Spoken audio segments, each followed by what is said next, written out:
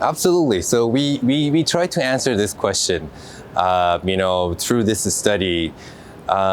Basically, Hodgkin lymphoma therapy has been based on PET-adapted sort of, treatment protocols for a good number of years. The PET scans, there's definitely challenges associated with doing PET scans. It's quite costly. The timely availability of it, can be challenging. The interpretation can be different between people who are reading the results. The predictive values, both positive and negative, can be low at times.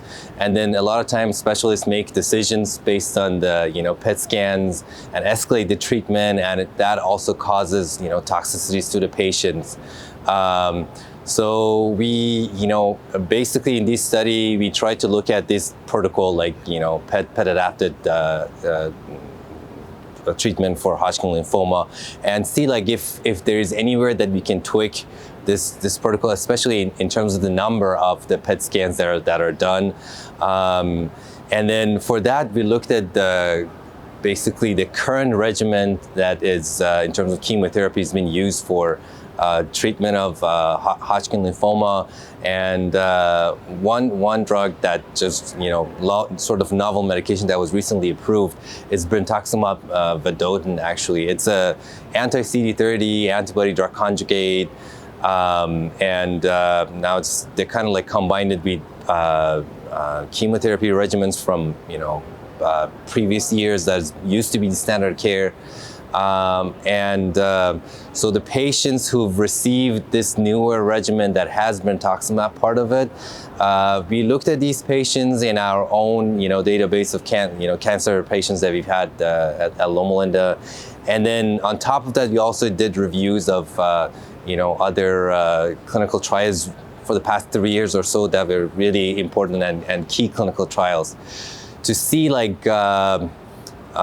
Now that we have this new medication, is this new medication so good that we can kind of like remove one of the PET scans of this entire PET adaptive protocol? And the main PET scan that a lot of specialists take is PET2, which is PET that they take it after 2 cycles of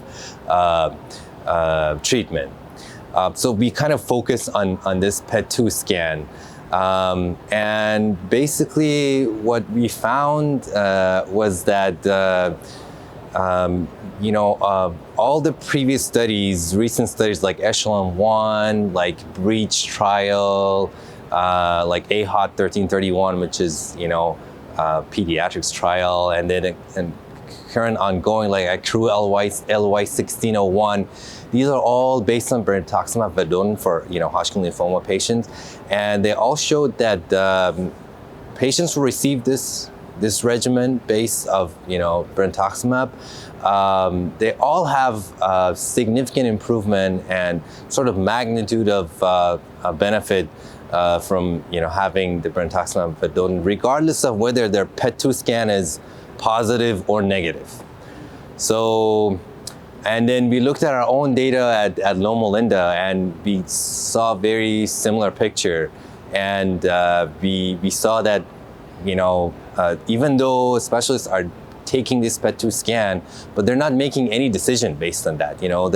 They keep the patient on the same protocol. They're not changing anything. We looked at our database. We had 40 patients.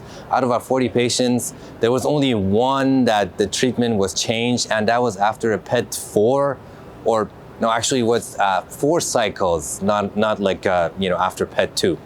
And it was changed from Brentuximab vedotin plus, chemotherapy to Brentuximab vedotin plus nivolumab. So still they kept that base. I'm interested in quality improvement and patient safety, and I think this is at least a good start and good reason to just see like if we can actually omit this extra step of PET treatment from the actual protocol. Given all the challenges that I mentioned, it's kind of one less step for the patients.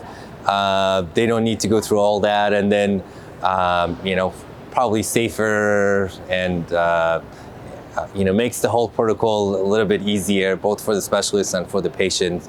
And to answer that question that you initially asked, I'd say the PET2 probably doesn't have the predictive value that it used to have anymore, especially with regimens that include Brentuximab vedotin in them in treatment of Hodgkin lymphoma. And we suggest that it kind of be omitted from the actual protocols, the PET-adapted treatment protocol for Hodgkin lymphoma.